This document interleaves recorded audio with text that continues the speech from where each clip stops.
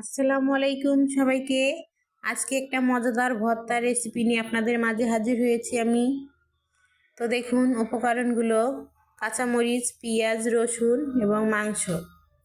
এখানে মুরগির মাংস আমি কেটে রেখেছি। তো এই তো আমি এখন রসুন আর মরিচটা ভেজে নেব ভালো করে। তো ভাজার সময় এখানে আমি একটু তেলও দিয়ে দেব, যাতে যেন মরিচ আর রসুনটা ভিজে ভিজে হয়, এজন্য সুন্দর হবে ভাজা। এই তো আমার ভাজা হয়ে গেছে, তো এখন আমি নামিয়ে নিব। তো আপনারা এভাবে ট্রাই করবেন আমার এই ভর্তাটা ফলো করে। কেমন হয় খেতে আমাদের কাছে ভালো লাগবে, আমরা আগেও খেয়েছি, তাই এটা আজকে আপনাদের মাঝে তুলে ধরলাম। এই তো এখন পেঁয়াজ ভাজতেছি,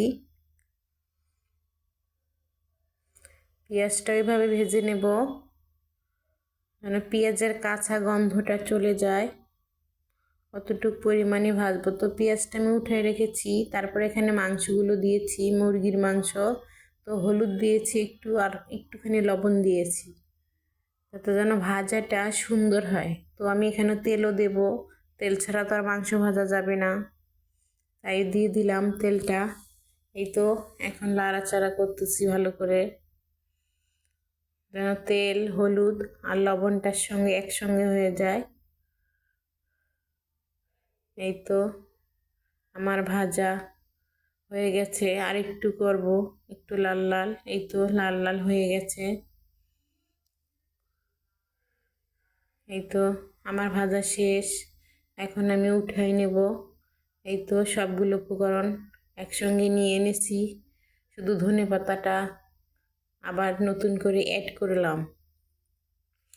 তো এবার আমি এই রসুন আর মরিচটাকে বাটবো হাতেই, মানে এই যে আমাদের আঞ্চলিক ভাষায় একে বলে বাটনা, এটাতেই আমি বাটবো।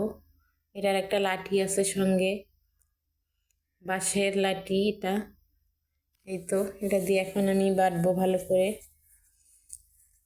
আসলে এখানে আপনারা যদি চান শুকনো মরিচও দিতে পারেন, তো আমি শুকনো মরিচটা দিইনি, কাঁচা মরিচ দিয়েছি, কারণ শুকনো মরিচে বেশি ঝাল হবে, তাই দেইনি। কাঁচা মরিচটা দিলাম, আমার কাছে এটাই ভালো লাগে। তো আশা করি আপনাদের কাছেও ভালো লাগবে। কাঁচামরিচের ভর্তা দেখতে একটু অন্যরকম, কিন্তু খেতে অনেক স্বাদ। আর এই তো হয়ে গেছে আমার এটা বাটানো। এবার আমি এখানে মাংস দিয়ে দিচ্ছি, পেঁয়াজ মাংস একসঙ্গেই দিয়ে মনে হয় বাটতেছি, আর একসঙ্গে সবগুলো এখন নিয়ে বাটলাম আমি। এই তো ভালো করে বেটে নিচ্ছি।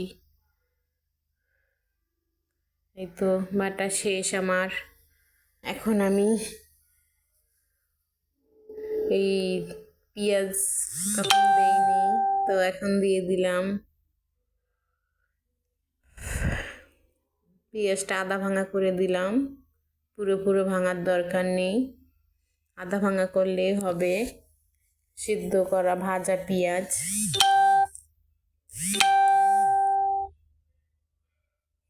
এখন আমি ধনের পাতা দিয়ে দিলাম, ধনের পাতা দিয়ে একটু হালকা করে বেটে নেব।